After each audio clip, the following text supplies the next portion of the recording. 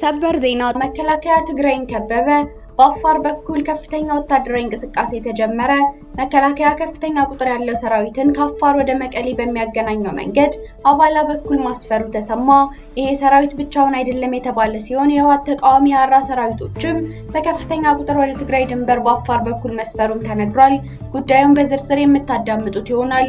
በኢሬቻ በዓል ቀን አዲስ አበባ ቀውጢ ትሆናለች ተባለ። ጀዋር በአሁኑ አመጽን ሊደግመው ነው።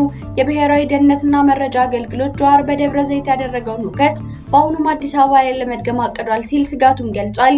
ብልጽግና በኢሬቻ ቀን ህዝቡ ግልብጥ ብሎ ቤተ መንግስት ይገባል ከሚል ስጋት የተነሳ በመዲናዋ በየቦታዎቹ ወጣቶች እየታፈሱ ወደ ማጎሪያዎች እየተወሰዱ መሆኑ ተሰምቷል። ዝርዝሩን ይዘነዋል፣ ታዳምጡታላችሁ። በሌላ ዜና የመከላከያ ሚኒስቴር የአሰብ ወደብ ጥያቄን ትክክል እንዳልሆነ ለመቀላመድ መሞከር ባንዳነት ነው ሲል ፈረጀ። ሚኒስቴር መስሪያ ቤቱ ወደንና ፈቅደን ስለምንሞትላት ኢትዮጵያችን ጠንቅቀን እናውቃለን በሚል ርዕስ ባሰፈረው በፌስቡክ ገጹ ላይ ባጋራው መልእክት የቀይ ባህርና የአሰብ ጉዳይ ከ3 10 ዓመታት በላይ የኢትዮጵያን ህመም ሆኖ የታላቅ ሀገርነቷን ክብር አሳንሷል፣ የጂኦፖለቲካ ብሔራዊ ወሳኝ ጥቅሟን ቀምቷል ብሏል። ይህም ሌላኛው ቤት ጉዳያችን ነው። ከውጭ ዜና ቻይና ለአሜሪካ እጅ ሰጠች። በአሜሪካና ቻይና መካከል ውዝግብ ሲያስነሳ የቆየው ግዙፉ የማህበራዊ ሚዲያ መተግበሪያ ቲክቶክ በአሜሪካ ኩባንያዎች ሊተዳደር መሆኑንና በአሜሪካ ስራውን ለመቀጠል ስምምነት ላይ መድረሱ ተነገረ። ይህም የጥንክራችን አንዱ አካል ነው። ሰላም ውድ ቤተሰቦች እንደምን አላችሁ? የዜና ላፍታ ነው።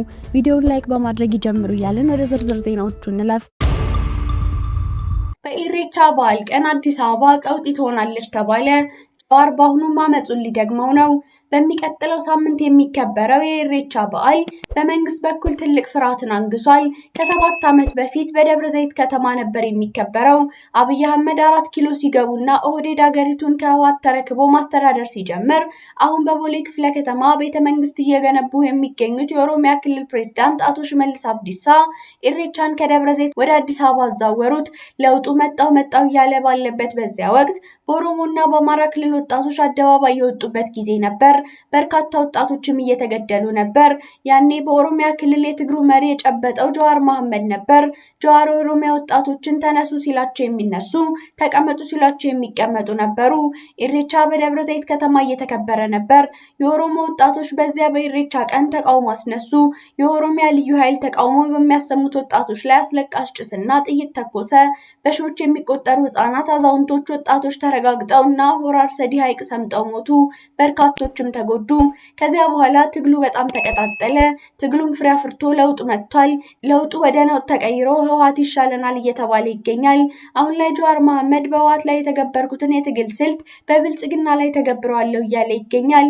የብሔራዊ መረጃና ደህንነት አገልግሎት ጀዋር በደብረ ዘይት ያደረገውን ሁከት አዲስ አበባ ላይ ለመድገም አቅዷል ሲል ገምግሟል። የኢሬቻ በዓል ሽመልስ አብዲሳ ወደ አዲስ አበባ ማምጣታቸው አሁን እንደሚቆጩ ጥርጥር የለውም። ከትናንት ወዲያ የደመራ በዓልን ለማክበር ወደ መስቀል አደባባይ የተመመው የመዲናዋ ነዋሪ በጸጥታ ኃይሎች ወከባ ደርሶበታል። በዚያው በደመራ ቀን ፋና ቴሌቪዥን ስለ ኢሬቻ በዓል ነበር ሲዘግብ የዋለው። በኢሬቻ ቀን ህዝብ ግልብጥ ብሎ ቤተ መንግስት ይገባል ከሚል ስጋት የተነሳ ጎዳና ተዳዳሪዎች እየታፈሱ ወደ ማጎሪያዎች እየተወሰዱ ነው። ደመራን ለማክበር የተዘጋጁ ወጣቶችም ታስረዋል። በዚህ የተነሳም ዲፕሎማቶች የኢትዮጵያ ጸጥታ ሁኔታ እየገመገሙ ይገኛሉ። ቀደም ብሎ የእንግሊዝ፣ የአሜሪካ፣ የካናዳ፣ የፈረንሳይ፣ የኖርዌይ የውጭ ጉዳይ ሚኒስትሮች ዜጎቻቸውን ወደ ኢትዮጵያ እንዳትሄዱ ሲሉ ማስጠንቀቃቸውን ከቀናት በፊት መዘገባችን ይታወሳል። እርሶስ በዚህ መረጃ ላይ ያሉት ሀሳብ ምንድነው? መልሶን በኮሜንት ያሳውቁን እያልን ወደ ቀጣዩ ዜና አለፍን። መከላከያ ትግራይን ከበበ። በአፋር በኩል ከፍተኛ ወታደራዊ እንቅስቃሴ ተጀመረ። ዛሬና ትናንት በአፋር በኩል ከፍተኛ ወታደራዊ እንቅስቃሴ ታይቷል። መከላከያ ከፍተኛ ቁጥር ያለውን ሰራዊት ከአፋር ወደ መቀሌ በሚያገናኘው መንገድ አባላ በኩል ማስፈሩ ተሰማ።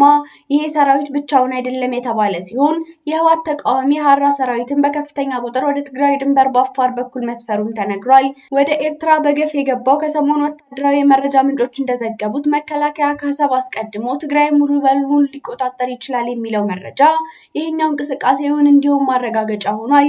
በአባላና በተለያዩ አቅጣጫዎች ትግራይን ከባል የተባለው መከላከያ ሰራዊት ወደ ኤርትራ ከሚደረጉ ዘመቻዎች አስቀድሞ ትግራይ ክልልን ሙሉ ለሙሉ ሊቆጣጠር እንደሚችል እየተነገረ ነው። ከዚህ ጋር ተያይዞም በአፋር በኩል ከፍተኛ ወታደራዊ እንቅስቃሴ እየተደረገ ሲሆን ወደ ኤርትራ በገፍ የገባው የአፋር ታጣቂ ቡድን ከኢሳያስ ሰራዊት ጋር ከባድ ውጊያ ውስጥ መግባቱም ተሰምቷል። የቀይ ባህር አፋር ዲሞክራሲያዊ ድርጅት ሻዕቢያን ለመጣል በሚል በአፋር በረሃዎች ከፍተኛ ትንቅንቅ እያደረገ እንደሚገኝ ይኸው ታጣቂ ቡድን ዛሬ በሰጠው ይፋዊ መግለጫ አስታውቋል። የአሰብ ወደብ ጥያቄን ትክክል እንዳልሆነ ለመቀላመድ መሞከር ባንዳነት ነው። የመከላከያ ሚኒስቴር መስሪያ ቤቱ ወደንና ፈቅደን ስለምንሞት እናት ኢትዮጵያችን ጠንቅቀን እናውቃለን በሚል ርዕስ ባሰፈረውና በፌስቡክ ገጹ ላይ ባጋራው መልእክት የቀይ ባህርና የአሰብ ጉዳይ ከ3 ዓመታት በላይ የኢትዮጵያ ህመም ሆኖ የታላቅ ሀገርነቷን ክብር አሳንሷል፣ የጂኦፖለቲካዊ ብሔራዊ ወሳኝ ጥቅሟን ቀምቷል ብሏል። የኢትዮጵያ ብሔራዊ ጥቅም ስለማረጋገጥ የሚያትተው የመከላከያ ሚኒስቴር መልእክት የኢትዮጵያ ወታደሮች የቀይ ባህርን ጥያቄ በዓለም አደባባይ በይፋ መጠየቁ በታላቅ የደስታ ስሜት ሞልቶናል ብሏል። የመከላከያ ሚኒስቴር በይፋዊ የፌስቡክ ገጹ ላይ ባሰፈረው በዚህ መልእክቱ ሰራዊቱ ለኢትዮጵያ ብሔራዊ ጥቅም መረጋገጥ የትኛውንም መስዋዕትነት ለመክፈል ለሰከንድም እንደማያቅማማ ገልጿል። ጳጉሜ 4 2017 ዓ.ም የተመረቀውን የህዳሴ ግድብ በመጥቀስ የቀይ ባህር ጉዳይም እውን የማይሆንበት ምክንያት እንደሌለ በጽኑ እናምናለን በማለት አቋሙን አሳውቋል። በመሆኑም የቀይ ባህር ብሎም የአሰብ ወደብ ጥያቄ በየትኛውም መነጽር ትክክል እንዳልሆነ ለመቀላመድ መሞከር ከባንዳነት ውጭ አንዳች የሚያነሳ መክንዮ ሊኖረው አይችልም ሲል መከላከያ ሚኒስቴር መልእክቱን አስተላልፏል። ጠቅላይ ሚኒስትር አብይ አህመድ የህዳሴ ግድብ መጠናቀቁን አስመልክቶ በብሔራዊ ቴሌቪዥን በተላለፈ ውይይታቸው ላይ ቀይ ባህር ከ30 ዓመታት በፊት በኢትዮጵያ እጅ እንደነበረ ጠቅሰው ስህተቱ ነገ ይታረማል ማለታቸው ይታወሳል። ቪዲዮአችን ላይክ ማድረግ አይርሱ እያልን ወደ ውጭ ዜና አለፍን። ቻይና ለአሜሪካ እጅ ሰጠች። ሁለቱ ባለግዙፍ የኢኮኖሚ አንቀሳቃሽ ሀገራት በጀመሩት የኢኮኖሚ ጦርነት ምክንያት በአሜሪካና ቻይና መካከል ውዝግብ ሲያስነሳ የቆየው ግዙፉ የማህበራዊ ሚዲያ መተግበሪያ ቲክቶክ በአሜሪካ ኩባንያዎች ሊተዳደር መሆኑንና በአሜሪካ ስራውን ለመቀጠል ስምምነት ላይ መድረሱ ተነገረ።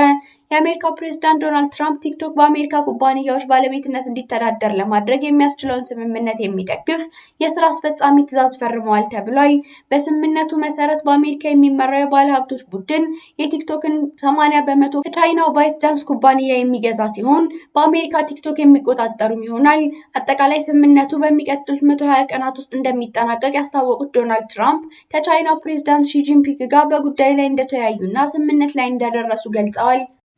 ውድ የዜና ላፍታ ቤተሰቦች የሰዓቱ መረጃዎቻችን ያዳመጣችሁትን ይመስል ነበር። ስለተከታተላችሁን እያመሰገንን ቻናላችን ሰብስክራይብ በማድረግ ቤተሰብ እንድትሆኑ እየጋበዝን በዚሁ ተሰናበትን። ጤና ይስጥልን።